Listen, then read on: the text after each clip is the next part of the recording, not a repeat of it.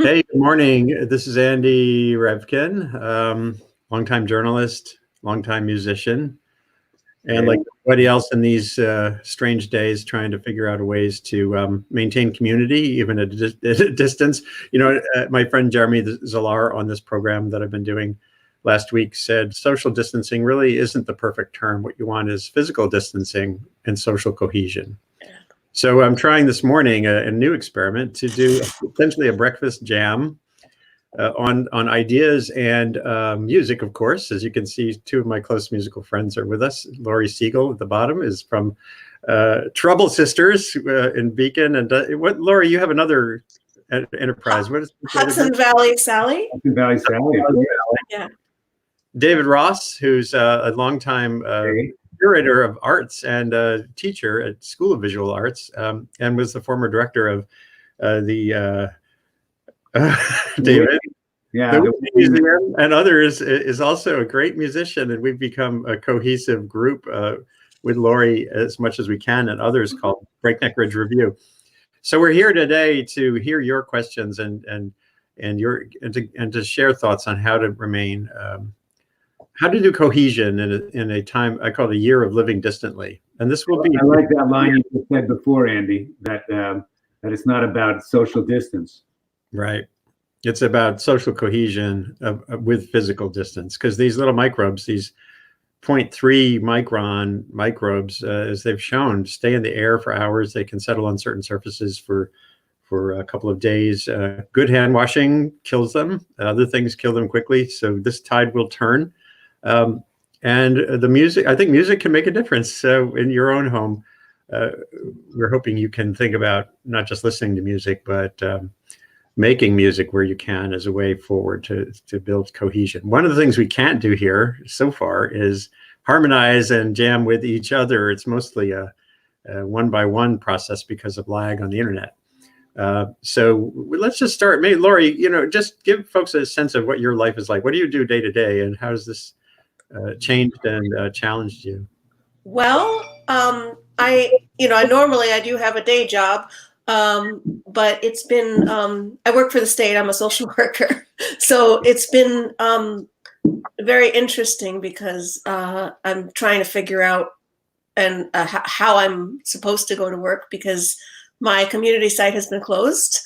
So, and they want to put us all into one building. I'm deemed an essential worker, but I'm not really doing anything essential, really. So, but I've been staying home, and I've been talking to my union. I've been trying to figure out how to do that, because I don't want to be in a building with 40 extra people. But I have been using my time at home to, I've been actually more social in some ways than normal, because so many people have been reaching out to each other on platforms like this. I've been experimenting with musical platforms with my other bandmates. My bandmate in Hudson Valley Sally and I have been experimenting with a platform called Jam Kazam, which is nice because it has no latency the way the other ones do. So far, we've only been able to do with audio, and it's not been perfect. We haven't worked out all the kinks yet. So if anybody has any pointers about that, that would be great. There it is, Jam Kazam. Yeah. I'm going to show it on the screen in a second. We should find out more about that, because then maybe can do some rehearsals that way too. Hold on a second, and then I'm going to show that, and then also David, you can chime in on how things are going for you. So here's, there it is, Jam Kazam. Terms of service, better than many. Sounds like a good one to try. Yeah. Let's try to do a breakneck rehearsal on it. Absolutely. So anyone listening, if you have other ideas along these lines, either tweet them or go into the comments on your Facebook page. And here's someone who says, yes, the answer is yes. You can join the conversation, not the video conversation, but the comment conversation. So David, in your world, which includes teaching, which includes music, which includes community building in Beacon, fast-changing city, what's life like these days? And also, I'm a parent. Take the share screen down there. Yeah, in a second. Just start it, and I'll. Okay. Well, the School of Visual Arts has gone totally online, and so we are all busily figuring out how we can adjust teaching art online. Fortunately, the class I teach is a seminar for seniors, so the seminar can work really nicely on Zoom. And oddly enough, it's that same idea that you may be physically distant, but actually using online is quite intimate. And we all know from our online program, we do a low residency program or a graduate program, that actually online conquers a lot of other social problems. It makes everybody kind of the same. It gives everybody kind of equal access to the conversation in interesting ways. And so we're finding out that works pretty nicely. I have to say that for me, I'm 71, and I was able to go into Adams this morning at 7 o'clock in the morning and have an empty store. Yeah. Freshly stocked empty store is like one of the perks of being in a high risk category, is that you go to the grocery store when it's essentially empty. And that was kind of sweet. And family is around. My daughter and her husband and daughter are around and up here from Brooklyn, so that's kind of nice. And was spending a lot of time writing and playing music here in the studio. I'd like to be playing with all of you guys, and so the only thing I really miss is the harmonies and and just the feeling of camaraderie when you sing together. So hopefully we'll find some way to work around there, and this will be over at some point. It'll be the kind of thing that our grandchildren will be able to tell their grandchildren about. Hopefully. Right. Yeah. So you do you have a song queued up there, David? Do you have what song? Yeah, I was gonna start off with a Townes Van Zandt song called "Don't You Take It Too Bad." Don't you take it too bad if you're feeling unloving, if you're feeling unfeeling. If you're feeling alone, don't you take it too bad, 'cause it ain't you to blame, babe. It's only a game made out of all of this living that we got left to do. And if you go searching for rhyme or for reason, then we won't have the time that it takes just for talking about the places you've been, babe, and the faces you've seen there, and how soft the time flies past your window at night. And we just can't have that, girl, 'cause it's a sad, lonesome, cold world. And a man needs a woman, and vice versa, to stand by his side, to whisper sweet words in his ears about daydreams and roses and playthings and the sweetness of springtime and the sound of hopefully it'll be the kind of thing that our grandchildren will be able to do. That was beautiful. Nice, really nice, David. Thank you. It's one of my favorite Townes Van Zandt songs. Laurie, do you have music that comes into your head when moments are like this? Sure. Well, I could sing a song, an original, and it's actually is about connectedness. So I guess it is appropriate. So I'll. Oh shit.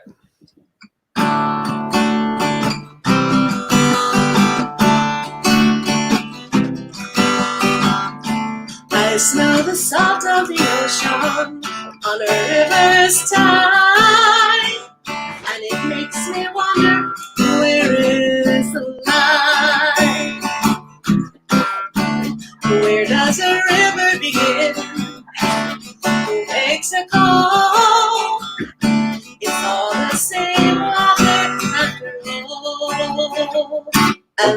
there's no line between the river and the sea. No, no, there's no line between the river and the sea. And all of us together make a one big family. There's no line between the river and the sea. It's all the same water.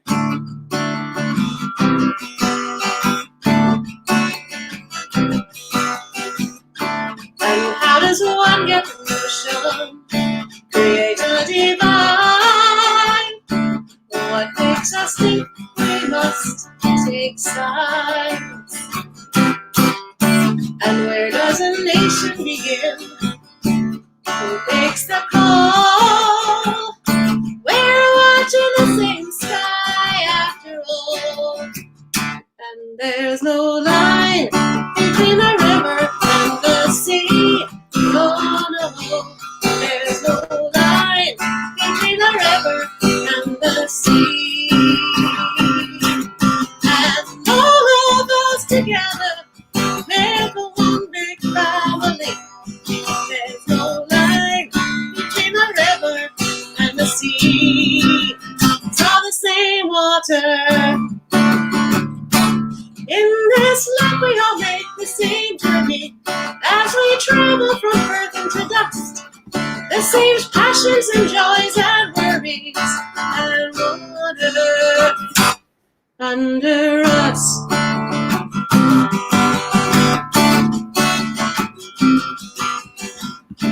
I smell the salt of the ocean when the river's tide, and it makes me wonder, where is the line? Where does a river begin? Who makes the call? It's all the same water after all. We're all the same water after all.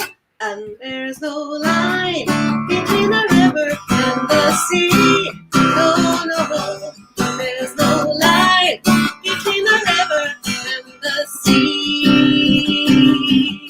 And all of us together make a one big family.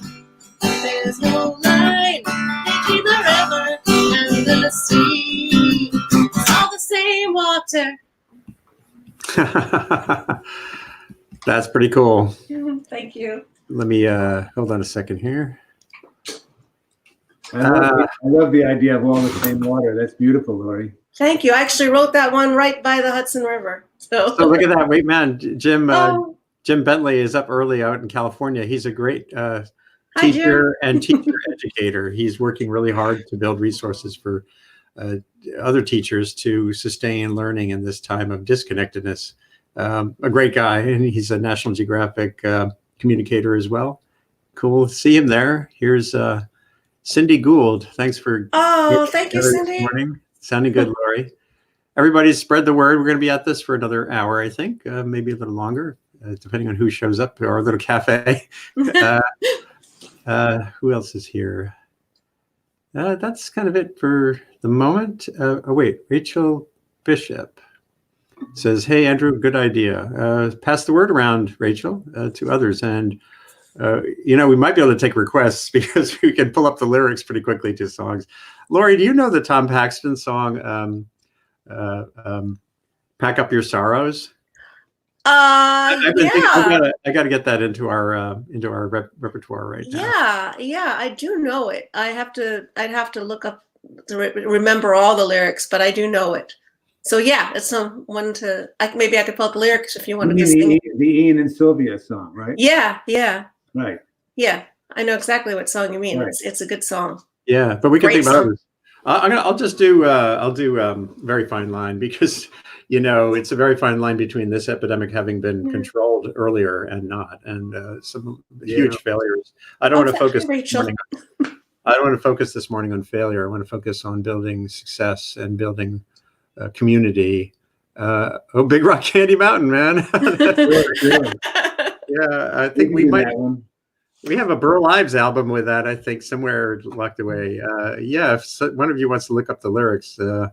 you can do that. In the meantime, I'll try a Very Fine Line, Great. which we normally sing together pretty wonderfully, but this will be a sort of a solo version.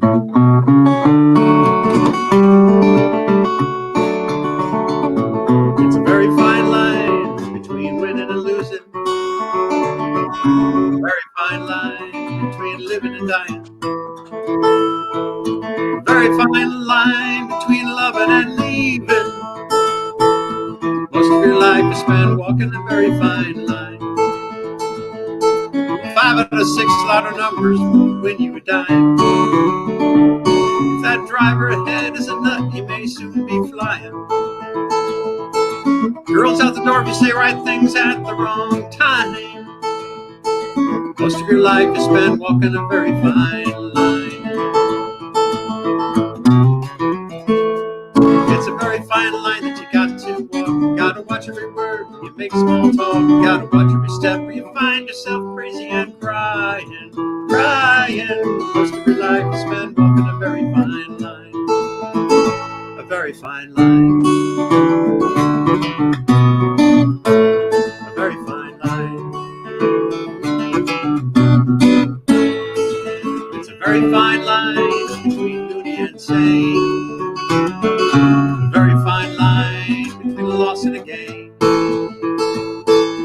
very fine line between pleasure and pain. Most of your life is spent walking that very fine line.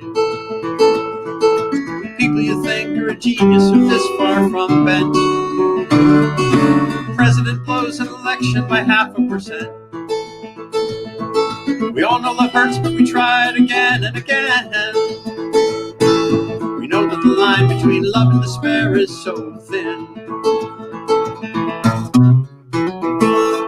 It's a very fine line that you got to walk. Gotta watch every word when you make small talk. Gotta watch every step when you find yourself crazy and crying. Most of your life is spent walking a very fine line. It's a very fine line that you got to walk. Gotta watch every word when you make small talk. Gotta watch every step where you find yourself crazy and crying, crying. Most of your life is spent walking a very fine line. A very fine line. Life's a very fine line. Winning and losing, a very fine line. Living and dying, a very fine line. Loving and leaving, a very fine line. Loony and insane, a very fine line. Lost it again, a very fine line. Pleasure and pain, a very fine line.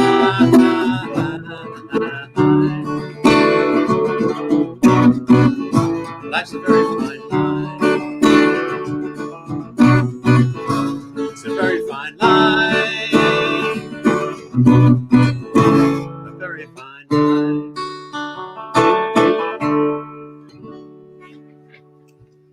Yeah. Very good. I muted myself and was harmonizing with you. It's hard not to. It's hard not I to. know. 100 miles from home, Arlo Guthrie. Yeah. We can get Let's see what we a, can do. And here's great to see you. How about Hard Times? Oh, David, don't you do Hard I Times? do hard times. You do Hard Times. Yeah. Maybe. You guys want to jump on that well, one? here's Big Rock Candy Mountain if we're ready for that. Oh, sure. Yeah. Let's do that.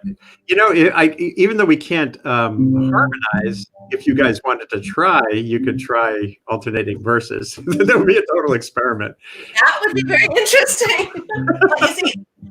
Any sound on anybody's part kind of garbles everybody else. Yeah, so. I know. So we really shouldn't. Yeah, we should read in between. So, David, why don't you do that one? Or you come up with something in the meantime? That'd be cool. Well, I've got Big Rock Candy Mountain up, so you want to try Yep. Go for Okay. it. Yeah, why don't you do that and I'll do hard I'm times. doing it in C. One evening as the sun went down and the jungle fires were burning, that raccoon came a hobo hiking. He said, boys, I'm not turning. I'm heading for a land that's far away, besides the crystal fountain. So come with me and go and see Big Rock Candy Mountain. In the big rock candy mountain, there's a land that's fair and bright, and the handouts grow on bushes, and you sleep out every night. The boxcars all are empty, and the sun shines every day, and the birds and the bees and the cigarette trees and the lemonade springs where the bluebirds sing in the big rock candy mountain. In the big rock candy mountain, all the cops have wooden legs, and the bulldogs all have rubber teeth, and the hens lay soft-boiled eggs. The farmers' trees are full of fruit, and the barns are full of hay. Oh, I'm bound to go where there ain't no snow, where there ain't no fall, and the winds don't blow in the big rock candy mountain. In the big rock candy mountain, where you never change your socks, and the little streams of alcohol come trickling down the rocks. Brakemen have to tip their hats, and the railroad bulls are blind. There's a lake of stew and whiskey too, and you paddle all around them in a big canoe in the big rock candy mountain. In the big rock candy mountain, well, the jails are made of tin, and you walk right in and out again as soon as you are in. There ain't no short-handed shovels, no axe saws or picks. I'm gonna stay where you sleep all day, where they hung the church that invented work in the big rock candy mountain. I'll see you all this coming fall in the big rock candy mountain.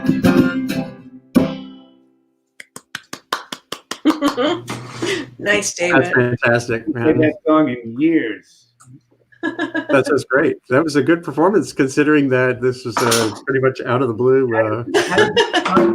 unrehearsed. Is the guitar coming through broken up, or? Yeah, it seems. I don't know, Laurie. Did that seem good to you? It's coming through. It's a little garbled, but it registers. Yep. Yeah. Probably less guitar and more singing. I think. Yeah. For these microphones, don't you think? Yeah, that makes sense. Yeah, or just positioning.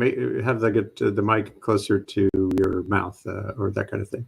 Yeah, But I think it's good. I'm not using an external mic. I'm still just using my computer mic here. So just to everybody, and by the way, you can, if we go forward with this regularly, there's a way to have your good mic go. Yeah, no, I know there's a way of hooking it up. I just didn't have time. So. No, of course I know. This is great. I just want to remind everybody, this is my Sustain What broadcast, kind of a special music edition for a Sunday morning here in the Northern Hemisphere, early spring, East Coast time. And people are weighing in more with some ideas. I think Claudia Gibson is going to come in from Texas shortly. Oh, wait, maybe she's there. Oh, there's Karen Brooks. Oh, my God. Yay. Oh, my God. I thought you were like busy with the sheep and that you had no internet, but here you are. Well, I'm here. I don't know how buffered it is, but we'll see. Sounds really good right now. Sounds great right now. Oh, wow. The volume's a little low. Figure out. What'd you say, a little David? louder, closer to the mic, I think. I am 6 inches from my phone. It sounds good. The only way I could do it. Okay. Yeah. Good. Well, you look great. So that's by the way, everybody. That's Karen Brooks, who has just joined us, another member of our wonderful musical community, both Breakneck Ridge Review and Trouble Sisters in Beacon. Karen, so we just David just sang Little Rock Candy Mountain, Big Rock Candy Mountain, which came in as a suggestion from my friend out in California, Jim Bentley. That's awesome. I actually heard the entire song, but you didn't see me until the end of the song. So great. We'll figure it out as we go. Right? Great. Yes, that's right. And here's Renee Karikoff says, best church celebration for spring. That's wonderful. Good. So Karen, Karen lives up in northern Massachusetts, well, western Massachusetts. Karen, can you describe where you live and what life is like generally, and then maybe a touch on what's been like for you this last couple of weeks? Right. I am in Western Mass on the Vermont border at about 1,800 feet, and the snow just melted. And I came back from Florida Tuesday to a lot of sick sheep who had gotten out and eaten rhododendron. Uh-oh. And I came back because people were not paying attention to the whole thing in Florida. And I'm glad I came back. And I'm on self-quarantine. Everyone in my neighborhood is doing things for me, bringing me groceries, but I decided best to be on the safe side because I'm talking. Bounder's going to bark.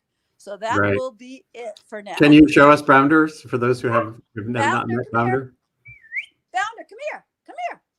Well, I'll have to walk. I'll walk to him. That's okay. Come here. Come here. He thinks he's in trouble because I. But called don't his strain your No, here he is. your I'm knee gonna and your. just turn it towards him and see if you can see him. Whoop! Where'd you go, Bounder? I don't know. Huh? Can you see it? Yeah, yeah. Hi, Bounder.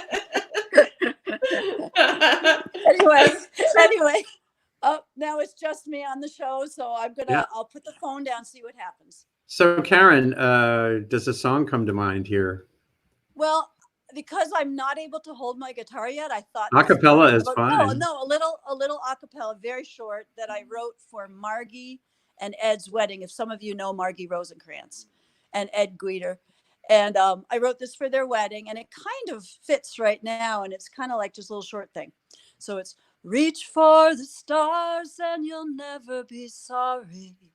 Reach for the sun and you're never alone. Reach for the wind, it will tell you a story. Reach with your heart, it will lead you back home. And we can sing together, and we can sing as one. Follow the dream forever into the light of the sun. And maybe Beautiful. that's a hopeful song for today, springtime. I Right? think it is. Thank That's you, wonderful. Karen. Oh, sure. Oh, now I can see you guys again. Oh, good. Yeah, now it's here we are. We're kind of so Oh, did you want to hear Hard Times? I know we had a request for that. Let's go to Hard Times. Yes, All sir. What's the right. request?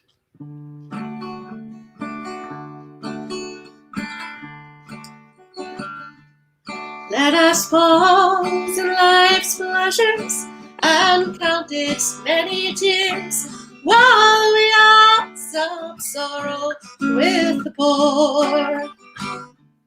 There's a song that will linger forever in our ears. Oh, hard times come again no more. 'Tis a song, a sigh of the weary. Hard times come again no more. Any days you have lingered around my cabin door. Oh, hard times come again no more. There's a pale, drooping maiden who toils her life away with a worn heart whose better days are o'er.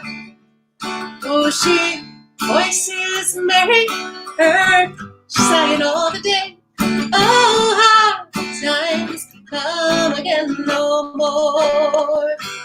'Tis a song, a sigh of the weary. Hard times come again no more. Any date you have lingered around my cabin door. Oh, hard times come again no more. 'Tis a sigh that is wafted across the troubled way. 'Tis a wail that is heard upon the shore. 'Tis a dirge that is murmured around the lonely grave.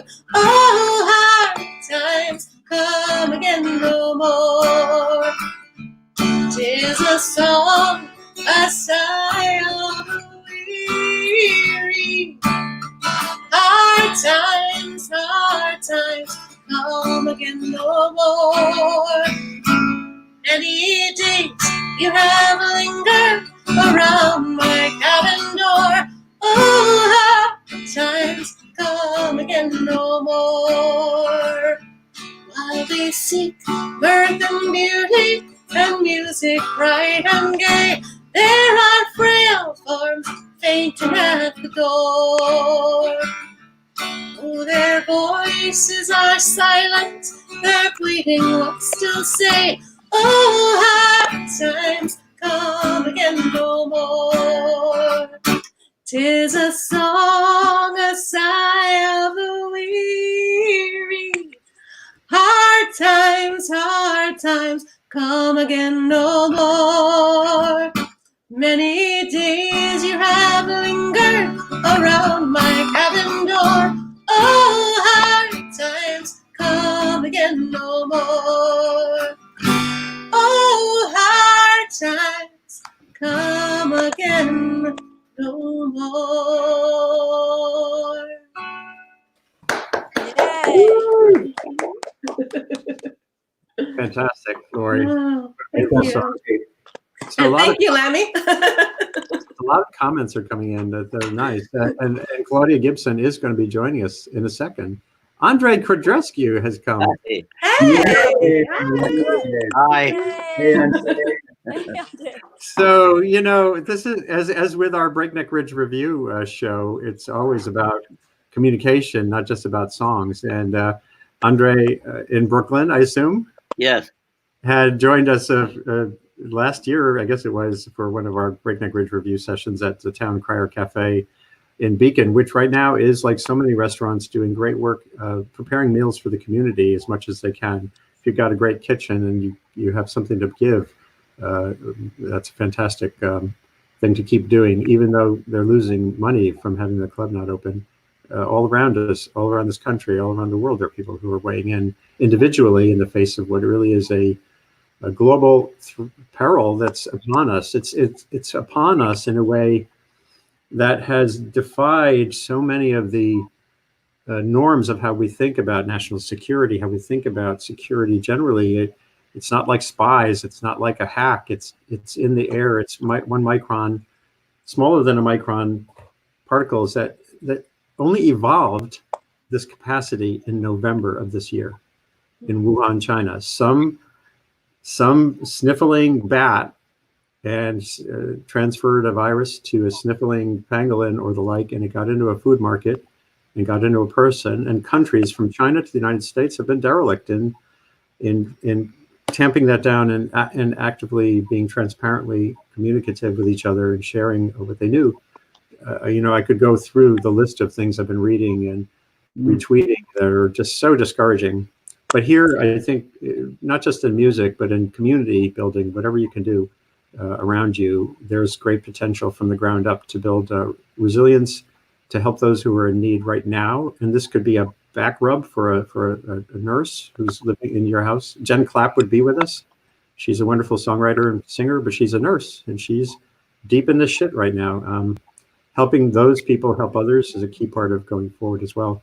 So Andre, you know, when you think about this, and you've thought about so many social challenges, is there a reading or just, first of all, you know, tell people a little bit about what you're experiencing, and then we can kind of think about what you might contribute here in the way of a reading or the like. Well, we're like everyone else, gaining time, you know, because the social obligations are gone. And there suddenly is a long stream of moments that we have, and I think it's in a sense it allows you to think, to enrich your inner world, to think about all the things that you couldn't do before. So it's a gift of time, and I'm looking at things I've written, and I think in some way they are more apt now and good for sharing. And it's a balance, you know, of staying in the house and not being, you know, made by an authoritarian government to do that, like the Romanian Ceausescu government did it as a child. But, you know, finding the inner freedom to just to think about it and try and help in some way. And this is a wonderful way to do it through the technology. Yeah. So does something come to mind to read, to share? Yes, I found these poems. I never knew I wrote. This is a now and then sonnet, and it fits. There was a time when there was too much, and it was okay. We called it soma. Now there is a time when there is too little, and it's not okay. We call it Yoda. Nostalgia isn't my forte. It's someone else's catch. I've made myself impervious to things before. There are places that are inspiring for a while. There is a good reason to keep them from spies. There was a time when you were I and we were them. That was in 1967, and it is now again. We're lousy with snitches. People would like to know if the field of pronouns just grew there or was cultivated snitch by snitch. Now is the time to ask that niche question. It is 2020 when everything is sprouting niches. So, you know, it's a niche. The niche we have here adds itself to a chain of niches that everyone is growing their own space richer in. Oh, shit. Last thing it says it's called memory. I forgot the secret places, but the keys are there. Also the passports and the plane tickets. We're all the same en route and passing through the walls. What I saw was the Kama, and what you saw was my coda.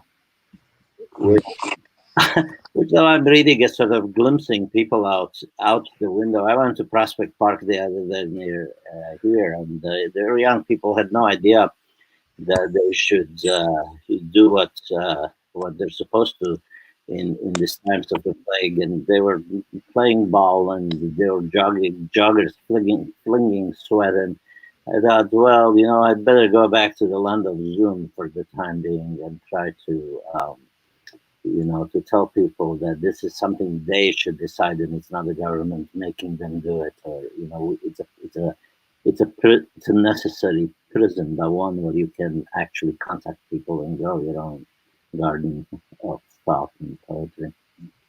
That thought you just conveyed about the weirdness of enforced isolation without a repressive government is so interesting that it's a whole different rationale. And I've seen just today on Twitter and commentary, there's been this big back and forth on Trump. And, you know, he's been impossible in so many ways. And some of these people are debating, well, you're saying he's authoritarian, but he's been saying relax. And then there are others saying, no, he should be authoritarian. It's such a mess at the top. And China in December, China was repressing the doctors who were giving the early warning, and China was not sharing information. China is not to be lionized here. There have been many people saying we should be like China, and it's just, they've done terrible things, both in repressing warnings and in not telling the world honestly what was going on. So this is what brings me back to the now and the present and the community. And also one of the things that's so vital now is in the context of story is somehow the community developing its own capacity to curate story, to be not locked in by your norm to just sort of like stuff, and to be thinking critically about what you're seeing in this flow and sharing not just the ideas, but actually the practices, the doing better. It's a strange and screwy time. Well, I'm a fan of Governor Cuomo because it seems to be being a counterweight to totalitarian orders. I mean, he's not Trump in that he's not, you know, he's telling us what is going on, and there is a kind of clarity and understanding on his part. He's going against the totalitarian. He's walking a very fine line of telling people to self-arrest and at the same time not to. It's not mandatory in the way that a dictator would make it like. I know his. I'm going to introduce Claudia Gibson in a second, but I want to show people a little bit something here. Yeah. Cuomo has really been using his pulpit in a way that's been remarkable. Yesterday, he gave an open press conference that's been widely retweeted, and shared, where he was saying, facts have to be pursued, and fantasy has to be tamped down. He said, young people have to understand that in New York, 54% of our infections are people 20 to 49. This is not an old people's marginal disease. This affects everyone. And he was very straight about it. It was very cool. But I want to get back Who you to call marginal, man. say that. Watch out who you call marginal. Oh, I know. But let's get back to the main purpose of this gathering this morning, which is to spread cohesion, community, and compassionate storytelling. So Claudia Gibson, who's just joined us, used to be a member of our physical community here in the Garrison, Cold Spring, Hudson Valley region, and now you've been down in Texas for a long time, right? I've been here for 13 years. Yeah. Wow. And where are 13 you? years this spring. I'm in Wimberley, southwest of Austin. So it's a little, Fantastic. I used to live in Cold Spring, and this is kind of the Texas Hill Country version of Cold Spring. Sweet. A little day destination tourist town south of, very pretty, south of Austin. Used to be 45 minutes from Austin, but now it's about an hour with the traffic. Oh, right. Nowadays there's no traffic. So Right. Well, there you go. And can you describe your day-to-day work and then your songwriting? Yeah, I've been working. Well, when I moved out here, I was a freelance writer, and now I've been working for the past 10 years for the school district in Austin as a high school librarian. Ironically, I was going to be leaving at the end of this year to be pursuing music full time because a lot more has been happening for me with music since I restarted up about 5 years ago. And but now I just re-upped another year for the school district because being a performing musician full time doesn't seem like the smartest move right now. So yeah. Wow. So did you have a song you might be able to share with us? I do. Let me I hadn't even thought of that. I was literally like lazing around in bed an hour earlier here, and I stayed up late watching a movie, and I was doing the New York Times crossword puzzle. I've gotten better at it, so I'm attempting Sunday. I've had about a week's practice now of doing the daily crossword puzzle again. So I'm just tuning up here. But yeah, and then I got your message, which thank you. It's really nice because I don't know how many. I know you and me. That's who's over there. Andre Kodrescu is a poet from Brooklyn who has joined us in the past and David Ross, who is from Beacon and an art curator and museum director and great musician, and Laurie Siegel from Trouble Sisters from our corner of the world here, Beacon, Brooklyn, Beacon, Cold Spring area. Awesome. And now I remember when I met you, Andy, it was for the Hudson Valley Musicians Alliance. I know. A long time ago. Still a lot of ferment here. So here, I'm going to maximize your view. And if the others of us mute your microphones for a minute, just sort of mute mics, that'd be cool. To see what tuning I'm in. I think I hear a drop I was writing G. a song in Open G, so I like Open G. I like it too, but I'm not haven't finished played an with that Open G song yet. So let me tune back up a tiny bit. Okay. If you while you're tuning, yeah. Andre, what's the vibe in Brooklyn on the streets generally? There's no one here. Now and then you see something. There's no cars. It's like the Ozarks where I live. It's just quiet. And is there any place online you've seen a lot of poetry percolating around this? Yeah, there are groups on Facebook, poetry groups, and there are people doing little story circles. But I don't use Facebook very much. But Zoom seems to work for me. Well, I would love it. I would love it if we can figure out a way to maybe use Twitter as a clearinghouse for links to some of those activities. There are teachers who've been doing some amazing coordinated kind of collating of curricula and learning, and actually Zoom classes that any student at home can take. So maybe we should have those sort of poetry music. It's probably already exists. I just haven't seen it yet on Twitter. COVID music. What do they call it? COVID-19 music. Yeah, Twitter arts. Yeah, Twitter has been cooking. It's one, people are looking for their best lines. Someone asked if this is a regular band. Well, if you can see the screen right now, the people at the top of the screen are part of a regular ensemble called Breakneck Ridge Revue, REVUE, and the rest of us are just soulmates and trying to make meaning out of chaos. And Claudia Gibson is going to sing a tune here. I am, and I hope, can you hear? Yeah, it sounds good. Sounds actually like a good mix. So I'm going to give you the floor. There you go. All right.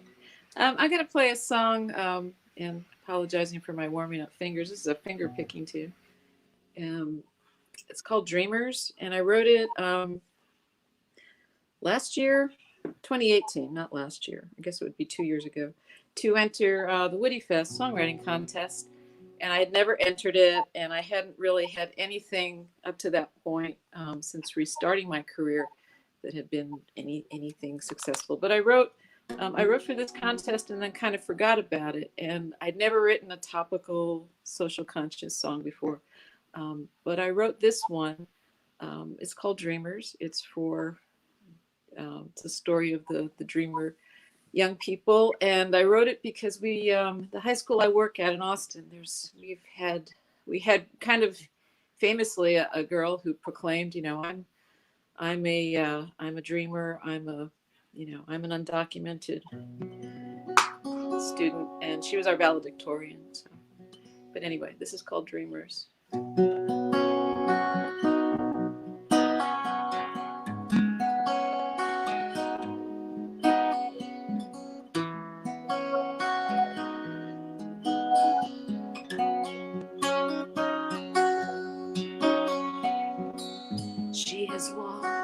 Desert sands, huddled down inside a truck, clutching at her mama's hands, both praying for a little luck.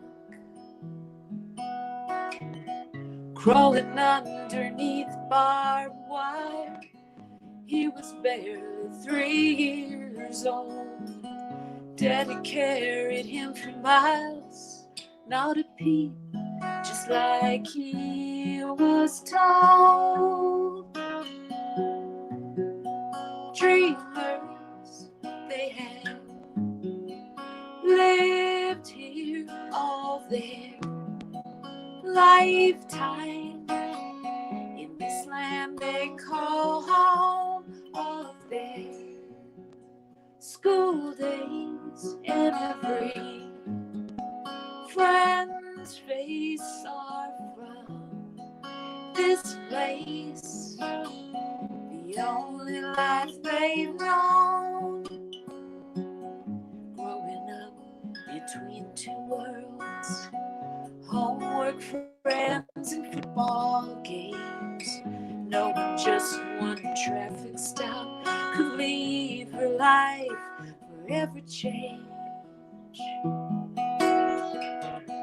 Go to college, find a job, serve your country, make your way. Choices that he cannot make when it's a fight just to remain. Dreamers, they have lived here all their lifetime, this country they call home.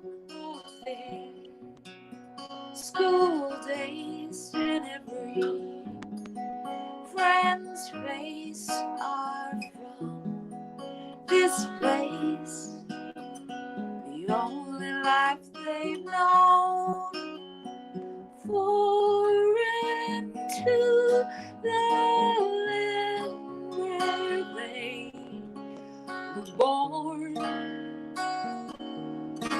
Could it be the dreams they share are big enough for us all? For us all. Dreamers, they have lived lifetime.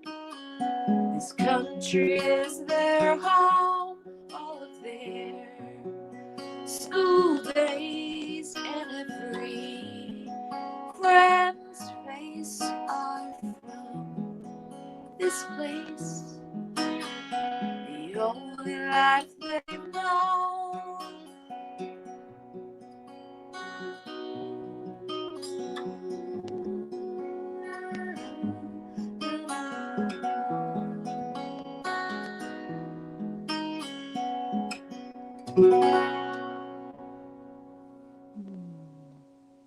Beautiful.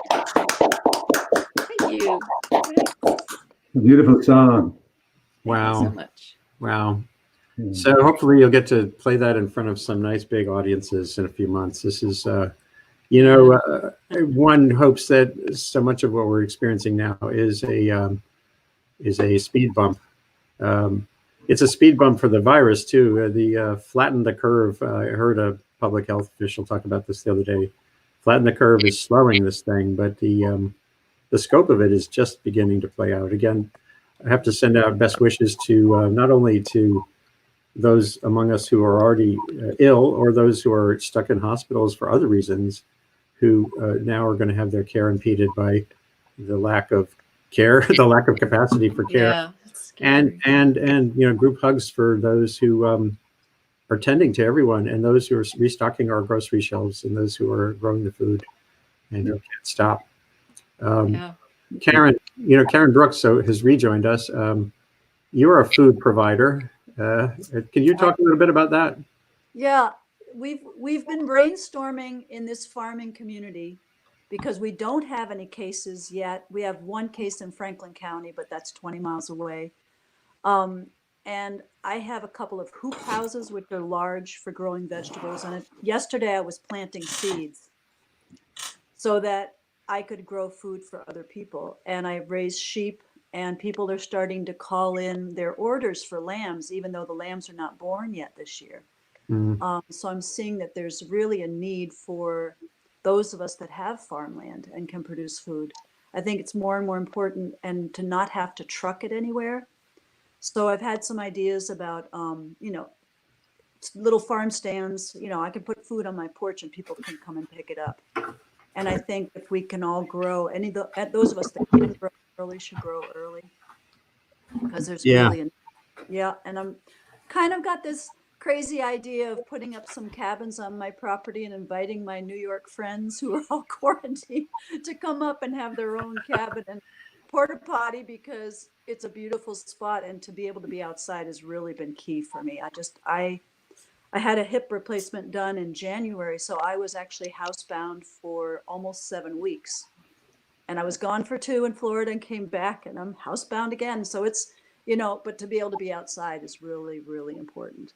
I think that is really, I agree. I mean, my son's I'm worried about my son who's in New York City right now, but he's kind of in Queens, and that was kind of, they were pushed out to the outer edges because of what they can afford. And now I'm feeling it's better because they're in Rego Park and they're right across the street from a big park, and they can at least go walking and running. But yeah, I'm concerned. I read about, I'm reading the Times this morning, and it's concerning about the cases there. And I feel lucky that I'm kind of out in an isolated area. My husband's a chef, and he has a huge garden of raised beds. And we've been, he's just starting, because it's warmer out here, to get his vegetables. And he had to shut down his kitchen, so he brought a lot of food home. So we're lucky in that way. But yeah, I'm concerned about like New York and, what's going on. I don't know if you have any thoughts on that, Andy, what's going on in the city. Well, yeah, I'm in touch with lots of folks there, and it's essentially, it is lockdown. And not just for the city, but, all the suburbs who have several million people who commute into the city every day. The trains are going down the Metro North lines, and they're largely empty. The parking lots are empty. The economic hit here is going to be enormous. There are some legitimate questions about how that will then start to impede people's welfare and well-being, and actually not just life quality, but health, the impact on the economy. And it does, it circles back into politics. There's, whether you're a Bernie voter or not, the idea that our healthcare system as we have designed it which is all around just-in-time delivery. It's around, efficiency, and the times when efficiency does not make sense are during something like a pandemic. I was so struck the other day looking at statistics. In Japan, there are, I think, about roughly 13 hospital beds per 1,000 people. Here it's 2.8. And, Wow. that means, and of course, that's not intensive care beds either. And as you've all heard, you need the capacity, you need the people and the systems to run those intensive care systems.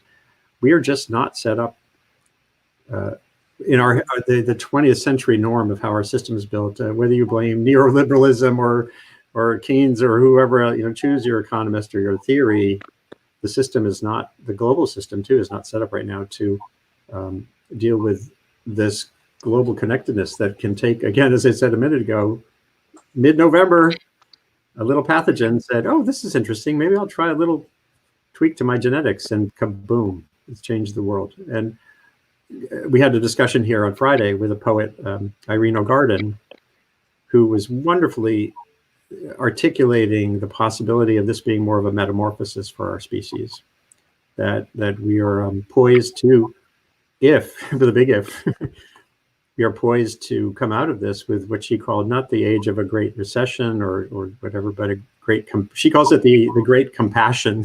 Mm. And people can go back and see the video I posted on Friday. That is the silver lining here, is that there's an enormous explosion of compassion, very different than the post 9/11 experience. It's more global, right? It's deeper, and we're all dealing with this kind of oscillation between our personal concerns for our health, and then recognizing the global nature of the crisis, and thinking about populations that have horrible sanitary situations like Pakistan or Bangladesh or India, or where this is going to just be unthinkable. And then of course we get back to thinking about our own safety and how privileged we are, and yet how endangered we are still. It's a strange time. I wanted to share that song that I wrote about time, and that. And yeah, let's hear it. If you like, because I've been thinking about that a lot in relationship to this. There's a French writer named Marguerite Yourcenar who wrote a great essayist, and she wrote a book in the 1980s or 70s, a book of her essays called that, and one of the key essays was an essay called "That Mighty Sculptor, Time." And since I've worked in the museum world for years and thought about art and its relationship to time, I thought of writing a song based on the idea of Marguerite Yourcenar, and it's called "That Mighty Sculptor, Time."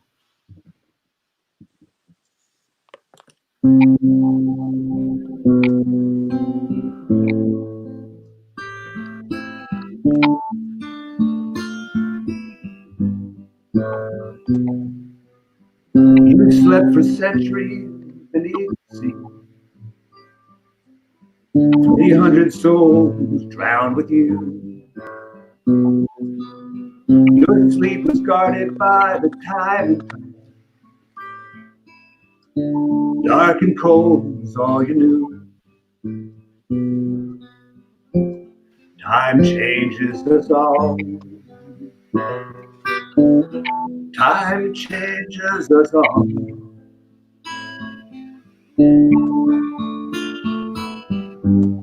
That mighty sculptor, time.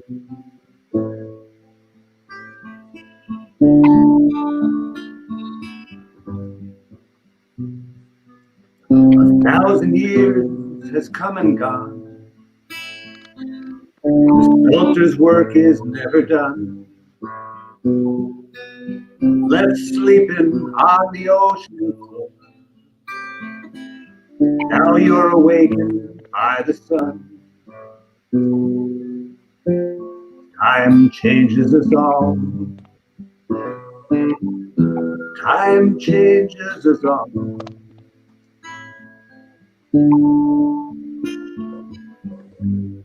That mighty sculptor, time. So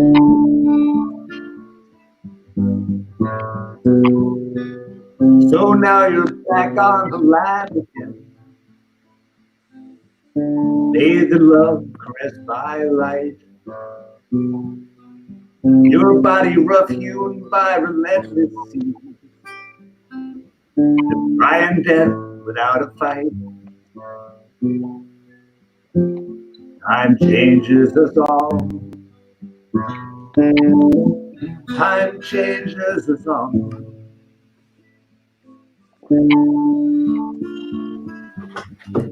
That mighty sculptor, time.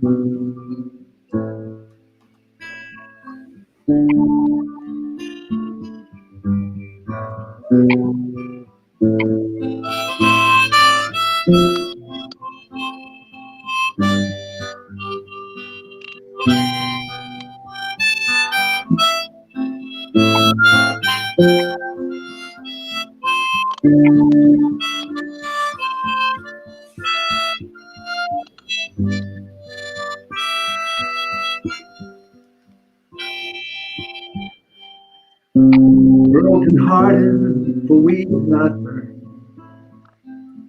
to ease the dying of our dreams. Old love forgotten, new love is sown. Some things ruin, some redeem. Time changes us all. Time changes us all.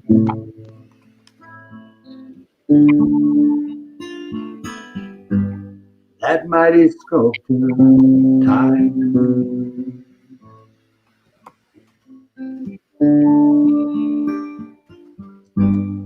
That mighty sculptor, time.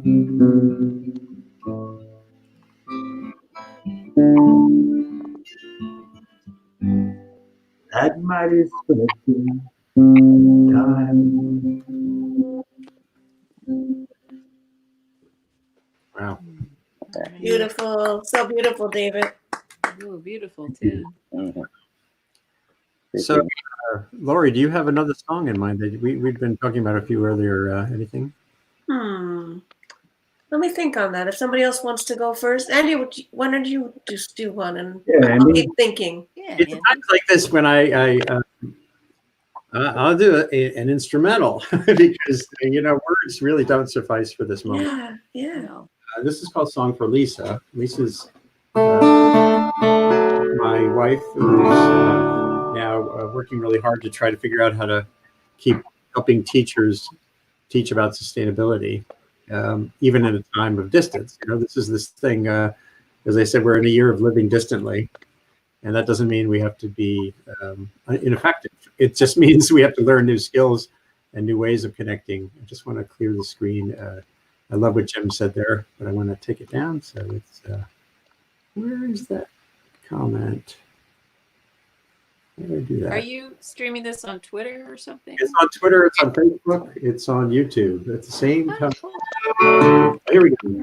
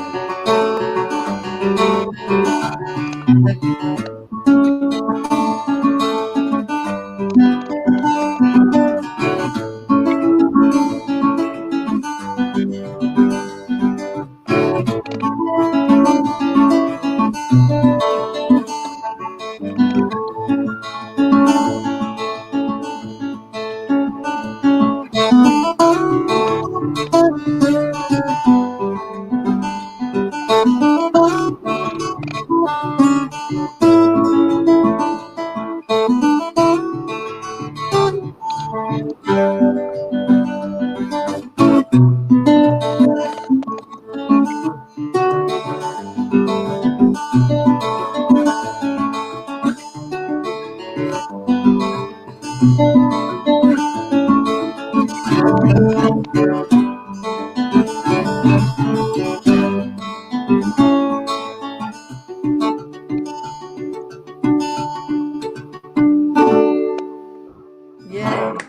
That's beautiful.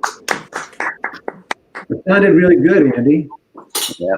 That is so Really gorgeous. well, too. I guess, okay.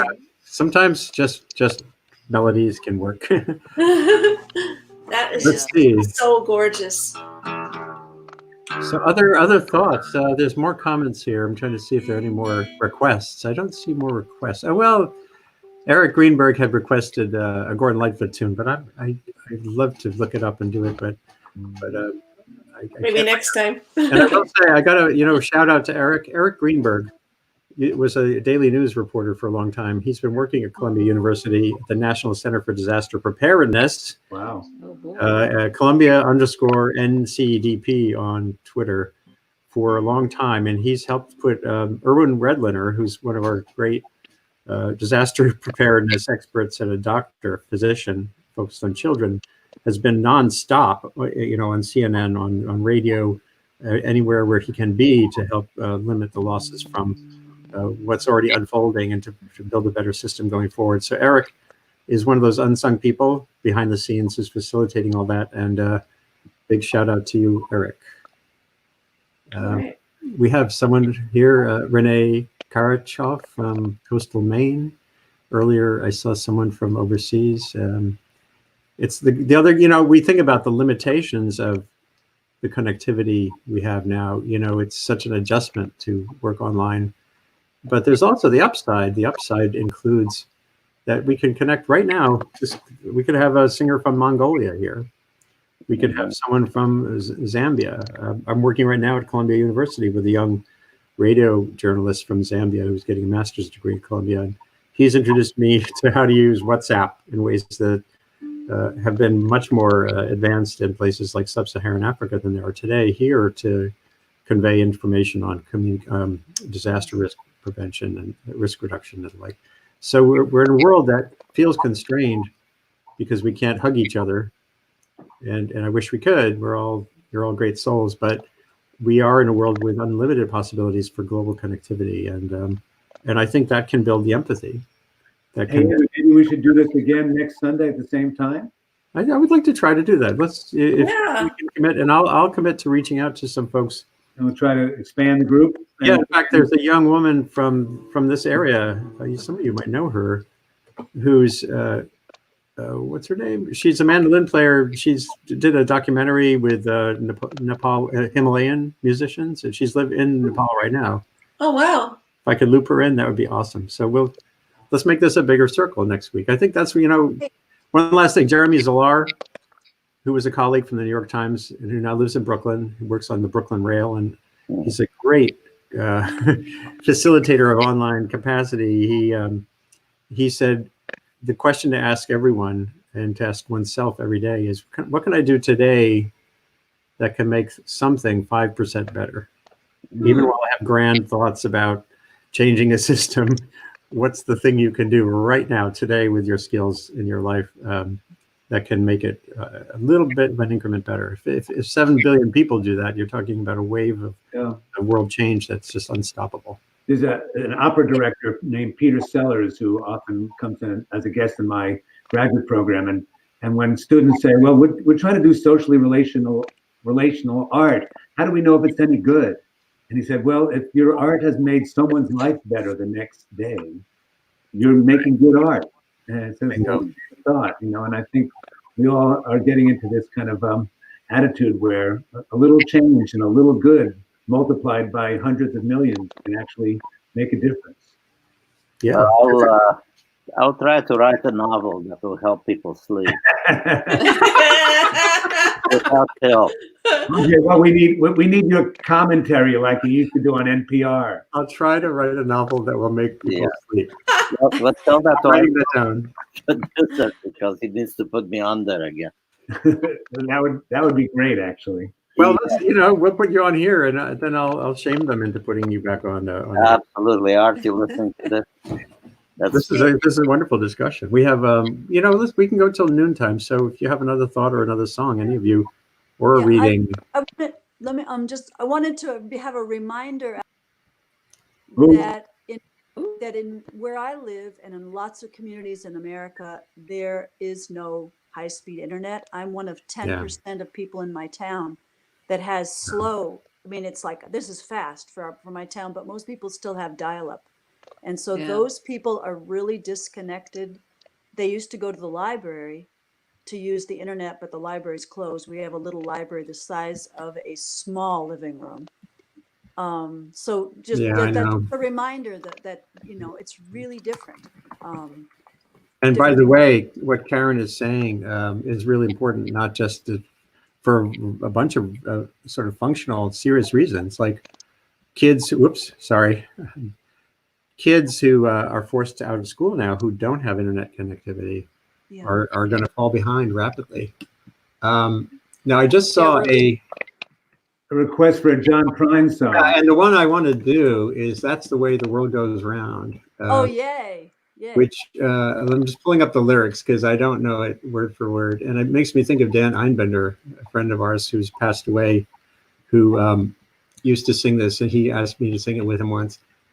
So I wish we could sing it together. What key do you do it in, Andy? Well, that's another question.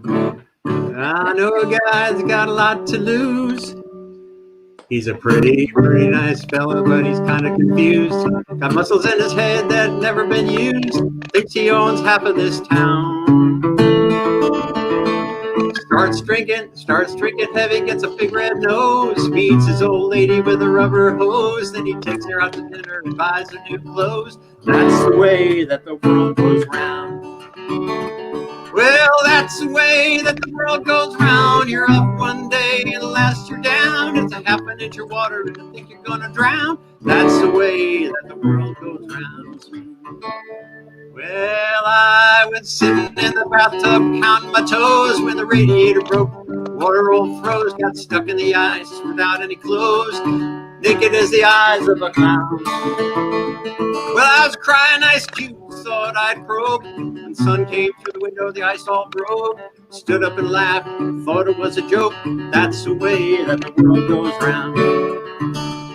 Well, that's the way that the world goes round. You're up one day, the last you're down. It's a half an inch of water and you think you're gonna drown. That's the way that the world goes round. That's the way that the world goes round. You're up one day, the next you're down. It's a half an inch of water and you think you're gonna drown. That's the way that the world goes round.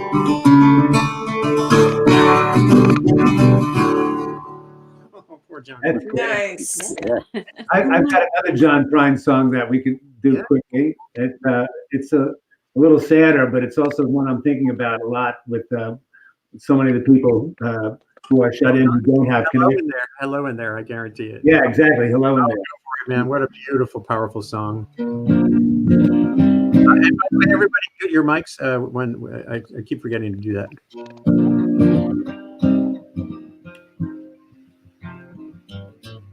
We had an apartment in the city. Me and Loretta like living there. Well, it's been years since the kids have gone, a life of their own, left us all alone.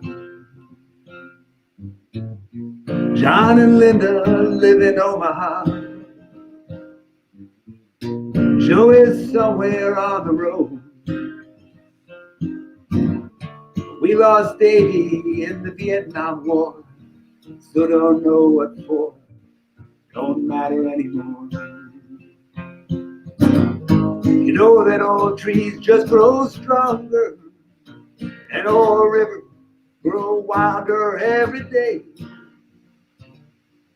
But old people just grow lonesome, waiting for someone to say hello in there. Hello.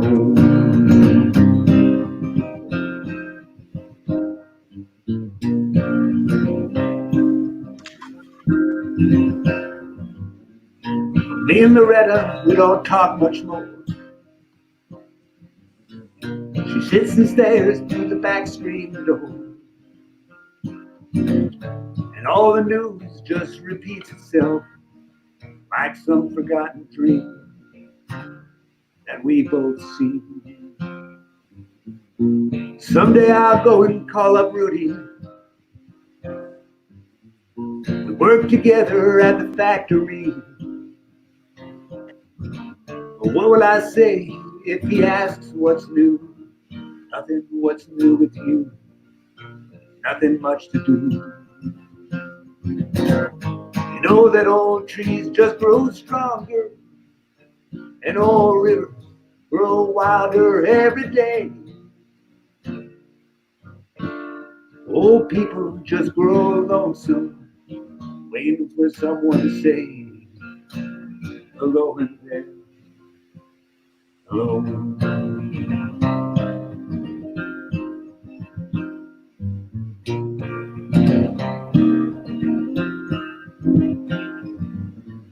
So if you're walking down the street sometime, spot some hollow-aged eye, please don't just pass them by and stare as if you didn't care. Say hello in there, hello.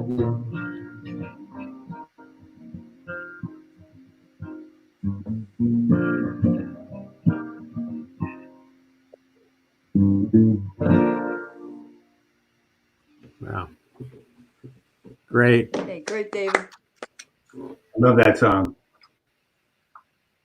Fantastic. The first time I heard it from my friend Aaron Wolf, I think when I was in college, it blew my mind, and it still blows my mind. And it's like more, it just grows more and more powerful as we've seen an aging population, and the world. That's a phenomenon worldwide as well. We're growing older as a species. China in 2050 is going to have, I think the last count I saw was 350 million people over the age of 65. So as many people as we now have in the United States, though, that's their retirement age group, and it's changing. It's putting stresses on industrial production and who are the workers going forward, and immigration. Without immigration, you don't have the flows of labor that can make young people's lives better from places that have high fertility rates. And that's why, global exchanges of capacities are going to be more and more important. Even as global exchanges of things like viruses make the world more vulnerable, we can make the world more resilient and more empathic using technologies and just community awareness. One last thought along those lines, and then I'll see if you all have a few more remarks before we close out around noon. And that is, not all of this is about technology. Right now it is, because we're like enforced, but Eric Kleinenberg at NYU, who did an epic study of the great heat wave in Chicago in the mid-90s, found that social cohesion, neighborhoods that had a stronger church community or whatever, had much lower mortality rates from the heat wave than those that did not. So we know social cohesion works. It means, oh yeah, well, so-and-so's grandmother, she lives on the 10th floor of that tenement and it's always hot up there. That community knowledge is a big part of how we get through these events. Now we have the upside of the technology can be to make that even better. The downside is it's harder to know who to say hello in there to if we're locked in. So hopefully we'll sort of navigate this space and come out the better for it. It's going to be a long struggle though. So any, maybe we'll just make the rounds here. Karen, from the standpoint of a singer and a sheep raiser and a person who gets around Florida and elsewhere, what's a little thing that could make the world better? Well, you mentioned internet access for low-income rural communities. But what do you do? What's the rest of your day look like? Well, I'm going to be outside doing chores and avoiding my son who just came up from Brooklyn and his friend, because we can't be near each other. Right. And his cat and my dog cannot be near each other. But I was going to say that one thing I've been doing a lot of, I live in a very elderly community. So of course, that's why I'm self-quarantining, but phone calls to people, phone calls. Oh, to old phones. people that don't. What a great idea. And that's all I've been doing because we don't have cell phone service here. Damn. We don't really have much internet. But the phone is really important. And that's, every day I'm talking to my 91-year-old friend. Call Connie. You guys know Connie. Call We Connie. do. I know. Call your older friends. That's really important now. Anyway, I'm gonna that's have to what I tweet have that. to say. And spring is coming. Wow. Spring is coming, and maybe I'll have a place for some of you folks stuck here for a week or two rest if you need it. Yep. Nice Great. to see you all. Nice to see you too, Karen. This is really, this is heartening for sure. So Claudia down in Wimberley and Austin, I was supposed to be in Austin this week. I was going to be there giving a talk at South by Southwest, running a panel. And guess what the subject of my panel was going to be? What's that? How to amplify community capacity to share and shape good ideas. Well, there you go. You're doing it anyway. Yeah. Yeah, anyway. I was supposed to be playing this week, not official South by, but a bunch of unofficial showcases. And yeah, but one thing, a lot of the musicians down here, my friends who are working musicians, they're out of work right now, and a lot of them, there's, if you take a look online, there's tons of online concerts going on from everyone, and they all need support. A friend of mine, Bob Livingston, who his name might not be familiar, but he was one of, he's an older Austin musician who was kind of all involved at the beginning. He helped write Cosmic Cowboy with Michael Murphy a long time ago. He's great. And he did a lot of State Department tours over to Pakistan.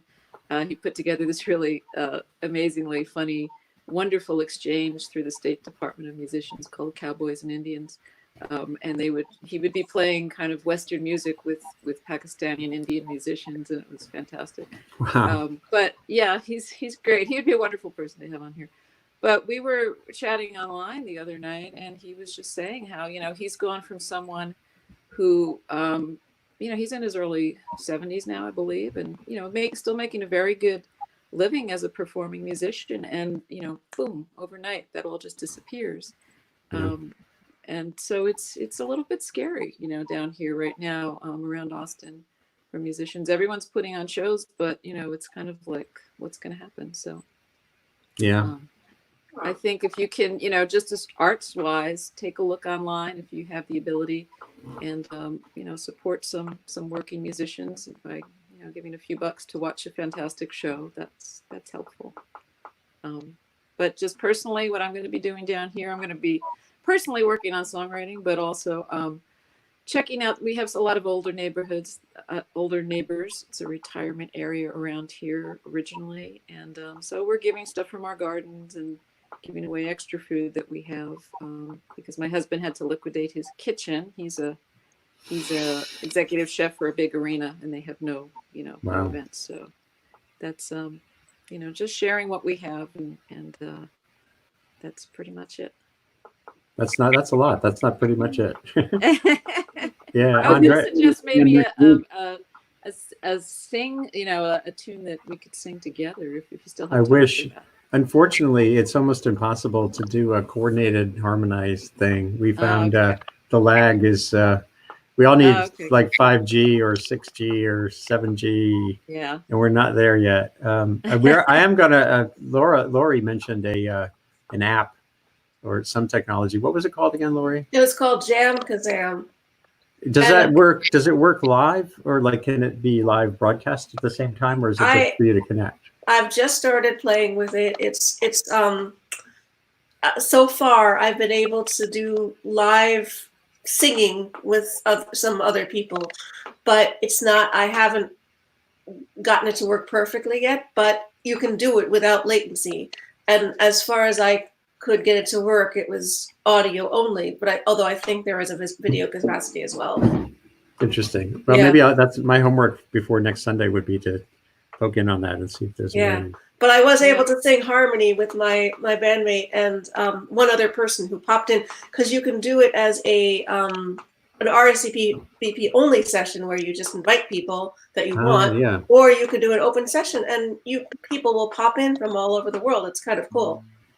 That's Yeah, great. I got to figure out something like that because I have a upcoming gig. I guess in 2 weeks it was supposed to be 3 of us, but we'd love to do it virtually, but we're all in separate locations. So Interesting. maybe I'll be working on that. Okay, that's awesome. Laurie, while you have you on the line, while you have the floor, any last thoughts about your daytime job as a social worker, and what do social workers need? You're always helping people. Is there something you would need, or what's your sense of next step here that would help you? Well, at the moment, it's kind of a weird sort of fuzzy question. I don't know. I work for the state, and all the community programs have shut down because I worked in a school setting. So I'm kind of trying to figure out what to do. Right now, I'm trying to stay home as much as possible because they're trying to put us all into one little building without a lot to do, and I'm not feeling comfortable about that. But I'll tell you what I'm hoping to do is, first of all, for myself, I see this as an opportunity for some inner work. I think that's probably a good thing for all of us who can do that, is to use the time to do some work in yourself, and also to reach out to people, as just like Karen said. I think I've been more social in a lot of ways these days than I am in a normal situation, because I'm always talking to people on the phone or in Zoom calls, and I've reached out to friends who I haven't seen in a long time, and it's been really wonderful in that way. In an odd way, we've reconnected more because of this. So I think it's really important. Yeah, and that's a point that Irene O'Garden made yesterday as well. Just that key thing of that we're being forced in a way to think about connectivity in a way that we've. Oh, well, the other thing that she brought up that I thought was so powerful was that I think for the most part we've been kind of too relaxed in how we deal with this online part of our lives. It's either stimulating us or we're stimulating it, but we're not building true capacity yet, meaning there are models for change, not just tweeting, that can emerge from this kind of connectivity that needs some work. In a second, I'll post a link to that is worth people listening to when they get a chance. Andre, any last thought? And then David? Yeah, I would like to suggest a way to answer all questions of any kind, from trivial to what should I eat now to what's going to happen to the world tomorrow. And that's simply by opening a poetry book and reading the first line that your eyes fall on. It's the oracular method. It's bibliomancy, and it works. Especially if it's a good poem, it works very well. If it's not, well, you need to explain it a little bit and get there somehow. So I'm going to use that right now from this book called No Time Like Now, which when I called it that, I was being funny, but now it is indeed a No Time Like Now. Really, I haven't seen. So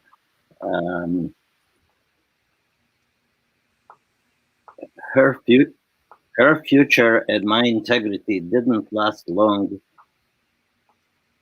when she kissed me goodbye at the Greenmount Cemetery gate.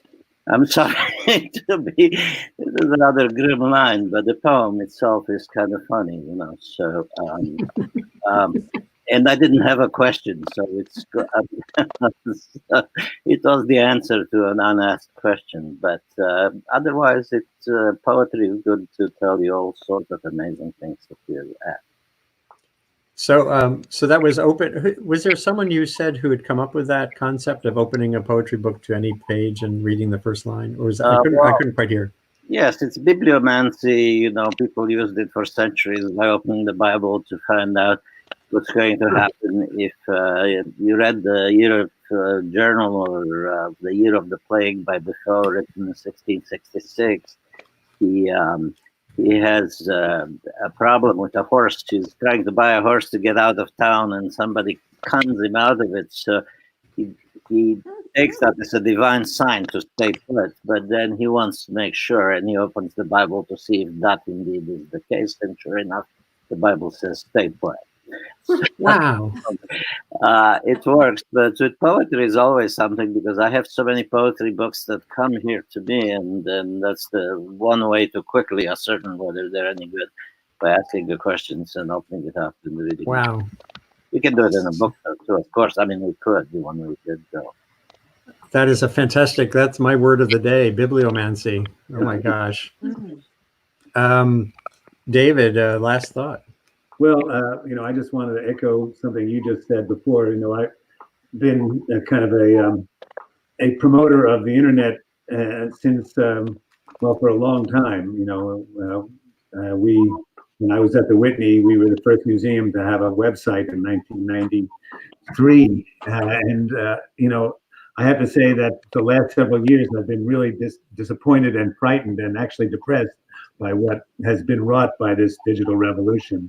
And I'm just hoping that because we now have to rely on it so much, because we now are thinking about how we connect, but maybe the real silver lining of this moment is that we're going to figure out how to make positive use of the connections we have, and rather than using it just to make more money or using it to mind fuck our enemies, to use it in a way that is respectful and compassionate and truly creative. I think situations like this bring out the creativity in populations, and I'm seeing it among my students and among my friends. And this is a perfect example, Andy, of your idea of doing this today.